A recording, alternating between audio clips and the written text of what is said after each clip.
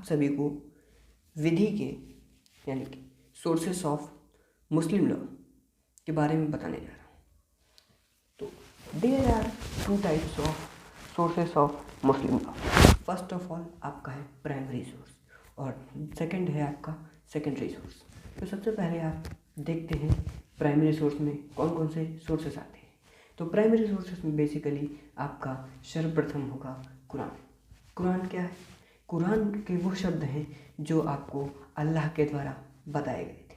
अल्लाह के द्वारा angel Gabriel के द्वारा अल्लाह ने एंजल गैब्रियल के द्वारा मोहम्मद साहब जी को सुनाया था और मोहम्मद साहब जी ने उन्हीं को एक बुक में अंकित करवाया। कुरान दो पार्ट्स में, एक कुरान आपकी मक्का में लिखी गई और दूसरी कुरान जो सेकंड पार्ट है वो आपका मदीना में लिखा गया। तो ये कुरान जो बेसिकली है अल्लाह के द्वारा बताए गए कर्तव्य हैं, कार्य हैं, आपको क्या करना है, क्या सही है, क्या गलत है, ये आपको एंजल गैब्रियल के द्वारा मोहम्मद साहब जी के सुनाया गया और मोहम्मद साहब जी ने इनको एक जगह पर लिखवा दिया। ये आपका कुरान हो गया। कुरान आपका एक बहुत ही प्राइमरी सोर्स है मुस्लिम लॉ का। सेकेंडरी सोर्स पर जाते हैं तो आपका आता है सुन्नत। सुन्नत मतलब जो बेसिकली आपके मोहम्मद साहब जी ने फॉलो किया, उसी को उनके फॉलोअर्स ने स्टार्ट कर दिया फॉलो करना। जैसे कि वो कैसे कह रहे हैं, कैसे वो भगवान की प्रार्थना कर रहे हैं, कैसे अपने अल्लाह को मान रहे हैं, कैसे उनकी दुआ अदा कर रहे हैं, कैसे उनको धन्यवाद कर रहे हैं, कैसे वो सुबह के अपने नित्यक्रम कर रहे हैं, कैसे वो सभी चीज़ें जो आपके मोहम्मद साहब ने की उसको उनके फॉलोअर्स ने, जो उनके जानने वाले थे, उन लोगों ने फॉलो करना स्टार्ट कर दिया और फिर वही आपका सुन्नत बन गया। सुन्नत आपका भी प्राइमरी सोर्स है मुस्लिम लॉ का। उसके बाद आपका आ जाता इज्मा। तो इज्मा क्या है? इज्मा मतलब जो आपके ज्यूरिस्ट ने पब्लिक बताया गया। इज्मा बेसिकली आपका ओपिनियन है, पब्लिक का ओपिनियन, ज्यूरिस्ट का ओपिनियन, जो आपके काजी थे उनका ओपिनियन, इसमें पीपल्स का ओपिनियन। तो इज्मा भी तीन प्रकार के हुए, इज्मा ऑफ ज्यूरिस्ट, इज्मा ऑफ पीपल और फिर एक इज्मा और आता है आपका जो है इज्मा ऑफ कंपनी, यानी कि जो प्रॉफिट के फॉलोअर्स थे, प्रॉफिट की जो संगति थी उसकी जो इज्मा था। तो ये आपका इज्मा कहलाया। इज्मा में बेसिकली पब्लिक का ओपिनियन कहा जाता था, क्या सही है क्या गलत है, इस तरीके से। उसके बाद आपका आता है लास्ट में फोर्थ आता है प्राइमरी सोर्स का कियास। कियास का आप बेसिकली मतलब कह सकते हैं लीगल रीजनिंग। लीगल रीजनिंग क्या है? जो लॉजिकल रीजनिंग आपके ज्यूरिस्ट किसी भी केस के लिए, किसी भी सर्कमस्टेंसेस के लिए लगाते थे जजमेंट देने के लिए, उसे कहा गया लीगल रीजनिंग। और वो किस बेसिस पर लगाते थे? गुड कंसाइंस पर, इक्विटी के प्रिंसिपल पर सोचते थे कैसे क्या हो सकता है। और इस बेसिकली कियास किस पर लगाया जाता था? इन तीनों यानी कि कुरान, सुन्नत और इज्मा को देख करके लगाया जाता था। जब कोई भी लॉ इन तीनों में नहीं मिलता था, कोई भी किसी भी प्रकार का केस आता था जो इन तीनों से नहीं मिल रहा है, तब आपके जो उस समय के काजी हुआ करते थे उन सभी लोग अपना अपना जो लॉजिकल लीगल रीजनिंग है उसे लगाकर एक न्याय दिया करते थे।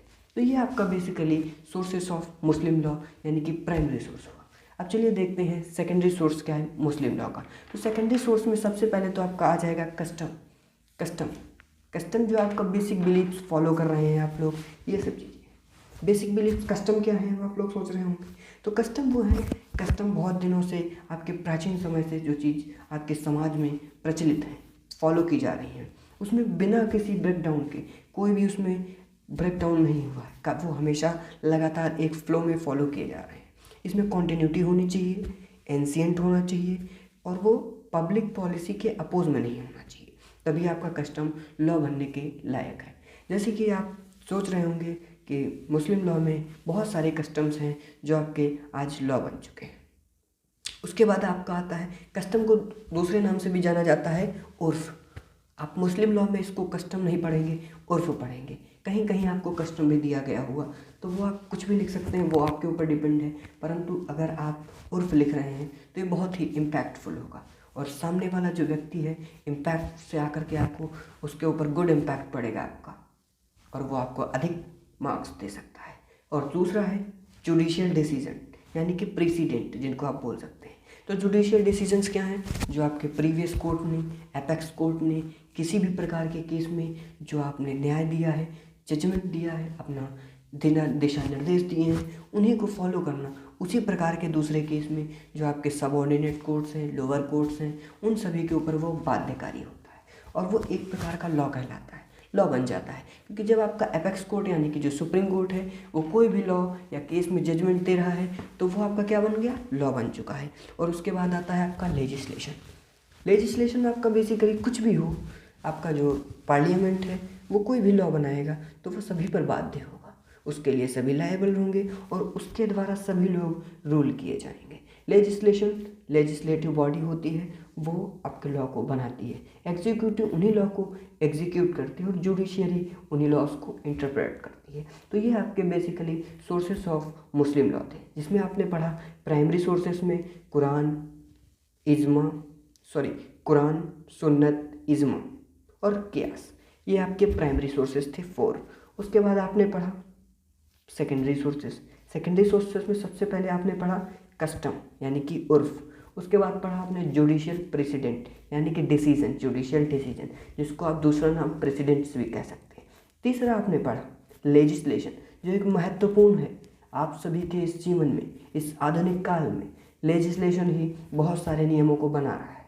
तो आज मुझे विश्वास है कि आप सभी को इस वीडियो में समस्त विश्व जो आपके सोर्सेस हैं उसके बारे में समझ में आ गया होगा।